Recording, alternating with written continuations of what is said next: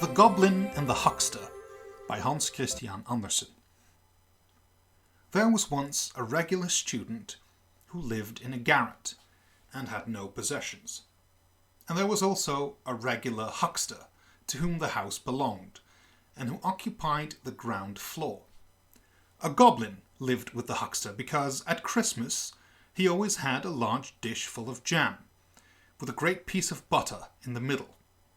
The huckster could afford this, and therefore the goblin remained with the huckster, which was very cunning of him. One evening, the student came into the shop through the back door to buy candles and cheese for himself. He had no one to send, and therefore he came himself. He obtained what he wished, and then the huckster and his wife nodded good evening to him. And she was a woman who could do more than merely nod, for she had usually plenty to say for herself. The student nodded in return as he turned to leave, then suddenly stopped, and began reading the piece of paper in which the cheese was wrapped. It was a leaf torn out of an old book, a book that ought not to have been torn up, for it was full of poetry.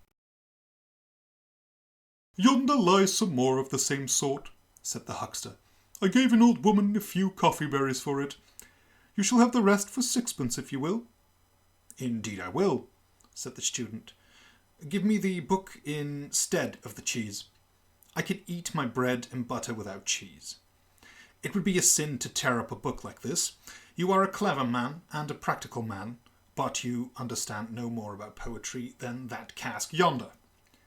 This was a very rude speech, especially against the cask. But the huckster and the student both laughed, for it was only said in fun. But the goblin felt very angry that any man should venture to say such things to a huckster who was a householder and sold the best butter.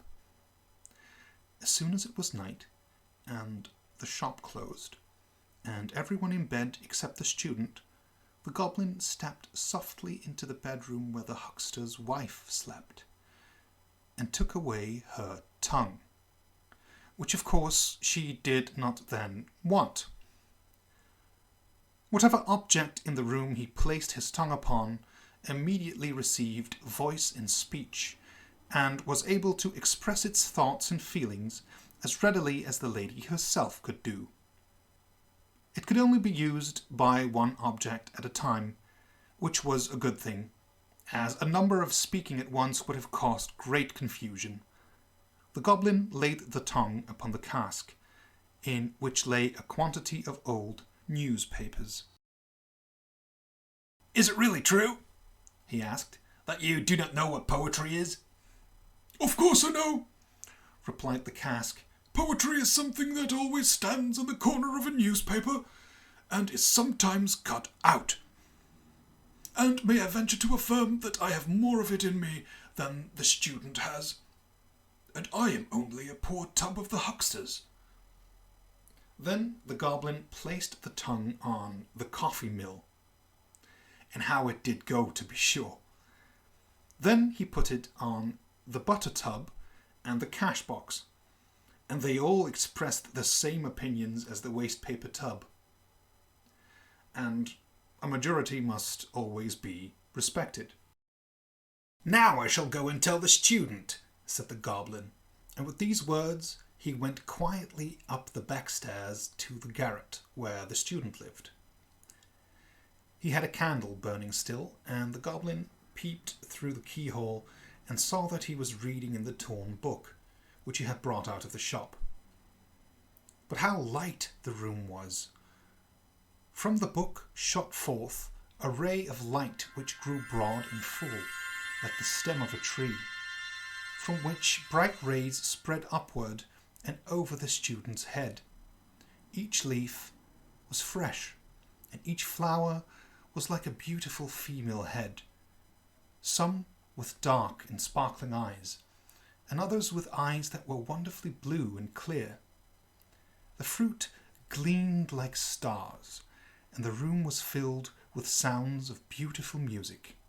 The little goblin had never imagined much less seen or heard of, any sight so glorious as this. He stood still on tiptoe, peeping in, till the light went out in the garret. The student had, no doubt, blown out his candle and had gone to bed, but the little goblin remained standing there nevertheless, and listening to the music which still sounded on, soft and beautiful, a sweet cradle song for the student who had lain down to rest. "This is a wonderful place," said the goblin. "I never expected such a thing. I should like to stay here with the student." And the little man thought it over, for he was a sensible little spirit. At last he sighed, "But the student has no jam." So he went downstairs again into the huckster's shop, and it was a good thing he got back when he did, for the cask had almost worn out the lady's tongue. He had given a description of all that he contained on one side, and was just about to turn himself over to the other side to describe what was there, when the goblin entered and restored the tongue to the lady. But from that time forward, the whole shop, from the cash-box down to the pine-wood logs, formed their opinions from that of the cask, and they all had such confidence in him, and treated him with so much respect, that when the huckster read the criticisms on theatricals and art of an evening, they fancied it must all come from the cask. But after what he had seen, the goblin could no longer sit and listen quietly to the wisdom and understanding downstairs. So, as soon as the evening light glimmered in the garret, he took courage. For it seemed to him as if the rays of light were strong cables, drawing him up and obliging him to go peep through the keyhole. And while there, a feeling of vastness came over him, such as we experience by the ever-moving sea when the storm breaks forth, and it brought tears into his eyes. He did not himself know why he wept, yet a kind of pleasant feeling mingled with his tears. How wonderfully glorious it would be to sit with the student under such a tree! But that was out of the question. He must be content to look through the keyhole, and be thankful for even that. There he stood on the old landing, with the autumn wind blowing down upon him through the trap door. It was very cold, but the little creature did not really feel it till the light in the garret went out and the tones of music died away. Then how he shivered and crept downstairs again to his warm corner, where it felt home-like and comfortable. And when Christmas came again and brought the dish of jam and the great lump of butter, he liked the huckster best of all. Soon after, in the middle of the night, the goblin was awoke by a terrible noise, and a knocking against the window shutters, and the house doors, and by the sound of the watchman's horn. For a great fire had broken out, and the whole street appeared full of flames. Was it in their house or a neighbour's? No one could tell, for terror had seized upon all.